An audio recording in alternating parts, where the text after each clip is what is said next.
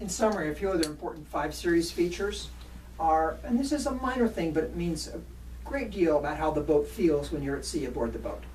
All of our lifelines are 28 inches.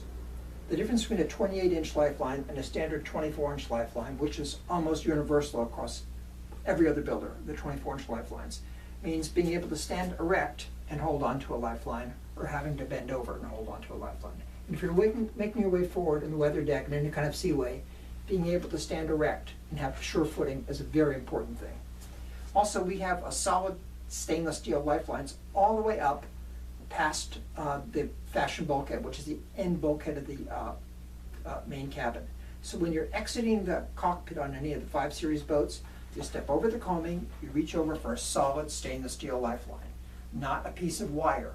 It's a much more secure feeling when you step out of the cockpit to be able to grab something solid and make your way to the weather deck, and step over the coaming and grab a wiggly piece of wire. So all the 5 Series boats have solid stainless steel lifelines all the way up to the gate. An important feature, lead keels. Well, lead's a lot more expensive than cast iron.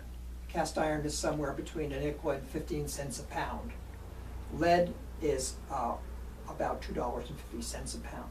So when you're buying a keel that weighs about 8,000 or 9,000 pounds for a production boat, it's a significant increase in cost to build that boat.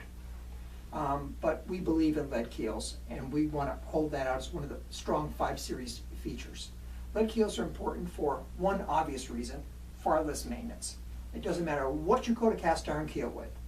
In a couple of years, you're going to have a major job getting rid of the rust on that keel. There's no epoxy in the world that's going to protect a cast iron keel from saltwater intrusion.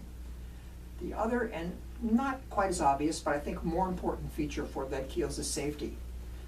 If you are aboard a boat and you impact a reef going any speed at all with a cast iron keel, it transmits all the energy of that impact up through the structure of the boat into the passengers in that boat.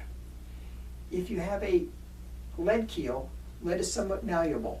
Even though all of our keels have about 1% antimony added to the lead to make them a little bit harder than they would if they were just pure lead, because pure lead is very soft. It still gives you great impact absorbing capabilities. And that's important if you as I say, hit a reef or some solid underwater object. You want something to absorb the energy of that impact and not transmit it up to the hull. Because invariably what happens if you have a boat with a cast iron keel and you hit something, the bottom of the boat deforms to absorb that energy. Well, the bottom laminate may deform, but the structure inside doesn't deform. Often it just separates the structure inside from the hull laminate. It's inevitable. There's physics, there's no way to beat it. So you want that something to absorb that energy so it doesn't deform the hull when it hits when you hit a reef. You can imagine the keel and you hit something, well, that's going to move that keel, right? Because there's a lot of inertia when you have a boat weighing 20,000, 30,000 pounds moving along at 6, 7 knots. And we've seen this. We've had Catalina 470s going 6 or 7 knots hit a reef. And I personally surveyed the boat. There was a pretty good dent in the keel, but there was not even a gel coat crack inside that boat. Had that been a boat with a cast iron keel, it would have been a very different result. And I've seen that. It tends to separate the whole structure inside the boat from the hull. So two good reasons. It doesn't hurt the passengers, and it preserves the boat. So lead keels, we think, are worth paying for. Accessible service areas. If you go boarding the 5 Series boats, you see we have dedicated filter lockers in all of them. I think that's a unique feature. No matter what the price of the boat, we've tried to gang all the filters into one accessible, well-lighted locker. You don't have to hang upside down with a flashlight in your mouth to be able to find it. They're right there, and they include the fuel filters and cooling water filters for both generators and primary engines. And in some cases, the siphon valve is there as well. But it's a great feature. It's appreciated more by experienced sailors and people who've owned other boats and not had filter lockers, where you have to chase all over the boat to find where the filters and through hulls are, to have them all in one place. And engine access. Especially in the 445 and the 425, we paid a lot of attention to creating large locker doors where you can access the generator and the primary engine, because when you can get at it, you'll take care of it. If it's a real chore to have to take a lot of furniture apart and contort yourself to change oil or check the transmission fluid, you tend not to do it, and that's when things develop problems. So I think the easier you make these service points accessible, the better the boat will be maintained and the safer the boat will be. Another important item, teak interiors. Many manufacturers have gone to other woods. I don't know exactly what kind of woods they are. Some are just mystery woods to me, but we believe in teak. Teak's a great wood for the marine environment. It's fairly hard, it doesn't water spot, the grain is fairly consistent, and it just has a natural warm look to it.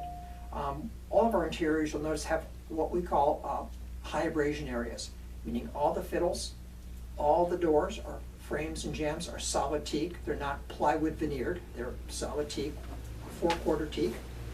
All of the galley fiddles, all of the corners of all the cupboards are solid teak. And the intent of that is, imagine walking through your boat with a toolbox or tackle box and kind of banging all those things that are sticking out. That's why all the corners are rounded, not square, but so that when you bang these, you want solid material there, so you have enough so you can sand through and touch it up. And touching it up is important. All of the varnishes and interior finishes we use are clear as water. They don't have any stain in them, and that's intentional. One, we want the beauty of the wood to come through, but two, you'll be able to touch it up without haloing around the perimeter of the area you've touched up. It's often possible to take a Catalina that's been around for a number of years and seen some hard service, and with a couple of days' work and a little bit of varnish, make that boat look pretty good, which explains why so many of the older Catalinas have such great resale value, is that you can keep a boat looking fresh if it's made out of the right materials to begin with. Thank you.